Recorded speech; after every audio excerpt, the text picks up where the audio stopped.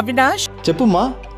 దగ్గరలో ఉన్న మెడ్ప్లస్ కు వెళ్ళి మెడ్ప్లస్ బ్రాండ్ మెడిసిన్స్ అని అడిగి కొనుక్కునరా. అక్కడ 50 to 80% తగ్గింపుకు వస్తుంది. మీరు తీసుకునే అదే మందులు, అదే నాణ్యమైన మందులు, కానీ సగం ధరకే. గాంధీ భవన్ లో తెలంగాణ పిసిసి చీఫ్ అధ్యక్షతన కీలక సమావేశం జరుగుతోంది. ఈ మీటింగ్ లో గ్రాడ్యుయేట్ టీచర్స్ ఎమ్మెల్సీ ఎన్నికలో గెలుపు వ్యూహంపై చర్చిస్తున్నారు. మహేష్ కుమార్ గౌడ్ పిసిసి పగ్గాలు చేపట్టిన తర్వాత జరిగే తొలి ప్రత్యక్ష ఎన్నికలు ఇవే కావడం, పైగా ఆయన సొంత జిల్లాలో సైతం పోలింగ్ ఉన్నందున ప్రతిష్టాత్మకంగా తీసుకుంటున్నారు. పార్టీ మద్దతుదారులే గెలిచేలా చూడాలని వ్యూహ రచన చేస్తున్నారు. ఇక ఈ సమావేశానికి కరీంనగర్, నిజామాబాద్, ఆదిలాబాద్, మెదక్ జిల్లాకు చెందిన మంత్రులు, ఇన్ఛార్జ్ మంత్రులు, ఎమ్మెల్యేలు హాజరు కానున్నారు.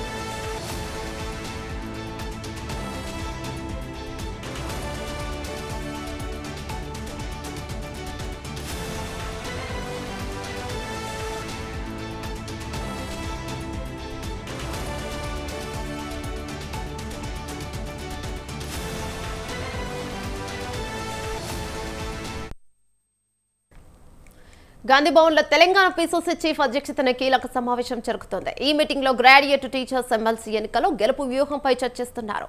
మహేష్ కుమార్ గౌడ్ పిసిసి పగ్గాలు చేపట్టిన తర్వాత జరిగే తొలి ప్రత్యక్ష ఎన్నికలు ఇవే కావడం, పైగా ఆయన సొంత జిల్లాలో సైతం పోలింగ్ ఉన్నందున ప్రతిష్టాత్మకంగా తీసుకుంటున్నారు.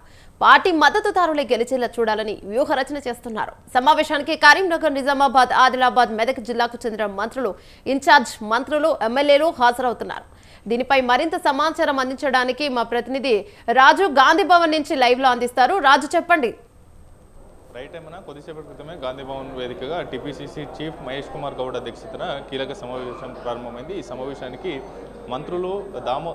మంత్రులు ఉత్తమ్ కుమార్ రెడ్డి, శ్రీధర్ బాబు, కొండా సురేఖ, వీరితో పాటుగానే ఆదిలాబాద్, నిజామాబాద్, మెదక్, కరీంనగర్ జిల్లాలకు సంబంధించినటువంటి ఎమ్మెల్యేలు కూడా హాజరైనటువంటి పరిస్థితి అయితే ఉంది. ప్రధానంగా గ్రాడ్యుయేట్ ఎమ్మెల్సీ ఎన్నికలకు సంబంధించి ఈ యొక్క సమావేశం ఏర్పాటు చేశారు. ఈ సమావేశంలో ఎమ్మెల్సీ జీవన్ రెడ్డి కూడా హాజరయ్యారు. ప్రధానంగా ఈ ఎమ్మెల్సీ జీవన్ రెడ్డి గ్రాడ్యుయేట్ ఎమ్మెల్సీగా కొనసాగుతూ ఉన్నారు. ఆయన పదవీ కాలం మార్చి 2025లో ముగియనుంది. ఈ నేపథ్యంలోనే అంతకంటే బిఫోర్ కానీ దీని మీద పూర్తి స్థాయిలో కసరత్తు చేయాలి. ఆ 4 జిల్లాలకు సంబంధించి కాంగ్రెస్ పార్టీకి సంబంధించి ఎటువంటి బలాబలాలు ఉన్నాయనేటటువంటి అంశానికి సంబంధించి కూడా చర్చ జరగనుంది.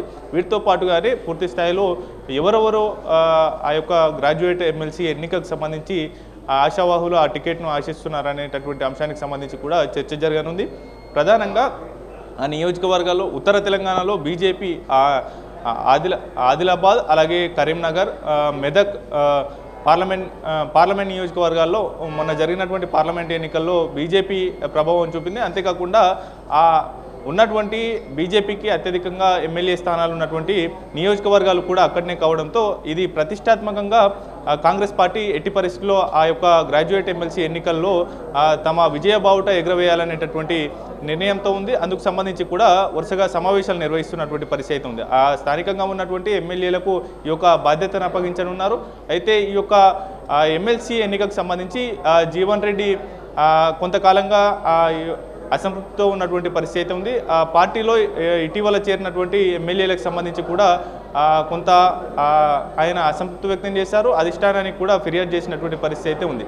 అయితే ఈ నేపథ్యంలో ఆయనకు ఆల్టర్నేట్గా ఏ పదవి కట్టబెడతారనేటటువంటి చర్చ అభ్యర్థి ఎంపిక కంటే ముందుగానే ఉండనున్నట్లయితే తెలుస్తూ ఉంది. ఎందుకనంటే వరుసగా సీనియర్ నాయకుడిగా ఉన్నారు. శాసన మండలిలో కూడా కాంగ్రెస్ గలం ఒక్కడై వినిపించినటువంటి పరిస్థితి అయితే ఉండింది. ఈ నేపథ్యంలో ఆయనకు ఆల్టర్నేటివ్గా ఒక బర్త్ కన్ఫర్మ్ చేసిన అనంతరం, అంటే ఎమ్మెల్యే కోటా ఎమ్మెల్సీగా ఆయనకు మరోసారి అవకాశం ఇచ్చేటటువంటి భావనలో కూడా కాంగ్రెస్ పార్టీ ఉన్నట్లు తెలుస్తూ ఉంది.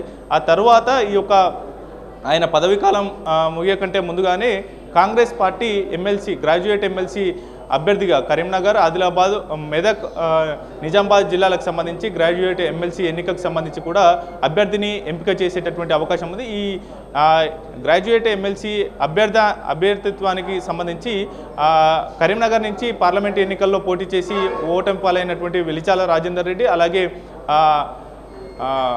ఆల్ ఫోర్స్ విద్యా సంస్థల చైర్మన్ నరేందర్ రెడ్డి, వీరితో పాటుగానే ప్రవీణ్ రెడ్డి, ఇతరుల నేతలు కూడా పోటీ పడుతున్నట్లయితే సమాచారం ఉంది. అయితే ఫైనల్గా వరుసగా ఈ సమావేశాలు ముగిసిన అనంతరం కూడా ఆ అభ్యర్థి ఎవరిని ఎంపిక చేస్తుంది కాంగ్రెస్ పార్టీ అనేటటువంటి దానికి సంబంధించి కూడా స్పష్టత వచ్చేటటువంటి అవకాశం ఉంది. ప్రధానంగా ఇవాళ జరిగేటటువంటి సమావేశం ఓవరాల్గా 4 జిల్లాల్లో బీజేపీ ప్రభావం చూపేటటువంటి జిల్లాలు కావడం, ఉత్తర తెలంగాణలో కాంగ్రెస్ పార్టీ కొంత వీక్గా ఉన్న నేపథ్యంలో అక్కడ ఎట్టి పరిస్థితుల్లో కాంగ్రెస్ రాష్ట్రంలో అధికారంలోకి వచ్చిన తర్వాత ఆ ఎన్నికలు కీలకం కాబట్టి ఆ ఎన్నికల్లో కాంగ్రెస్ విజయం సాధించాలంటే ఎటువంటి వ్యూహాలు పనాలి, దాంతోపాటుగానే అక్కడ ఉన్నటువంటి స్థానికంగా ఉన్నటువంటి బలాబలాలను కూడా పూర్తి స్థాయిలో బేరీజ్ వేసుకోవాలనేటటువంటి అంశానికి సంబంధించి కూడా ఇవాళ మంత్రులు, ఎమ్మెల్యేలు, స్థానిక ప్రజాప్రతినిధులు, ఎమ్మెల్సీలు కూడా హాజరైనటువంటి పరిస్థితి అయితే ఉంది. దీనికి మహేష్ కుమార్ గౌడ్ అధ్యక్షతన వహిస్తూ ఉన్నారు. ఈ సమావేశంలో పూర్తి స్థాయిలో కూడా చర్చించిన అనంతరం కూడా ఆ నియోజకవర్గాలకు సంబంధించి కూడా రాబోయే రోజుల్లో ఏ విధమైనటువంటి వ్యూహాలని అనుసరించాలి, అక్కడ గ్రాడ్యుయేట్ ఎమ్మెల్సీ ఎన్నికకు సంబంధించి కూడా అనుసరించేటటువంటి వ్యూహాలను కూడా నిర్ణయించేటటువంటి అవకాశం అయితే ఉంది. ఏమన్నా థ్యాంక్ యూ రాజు.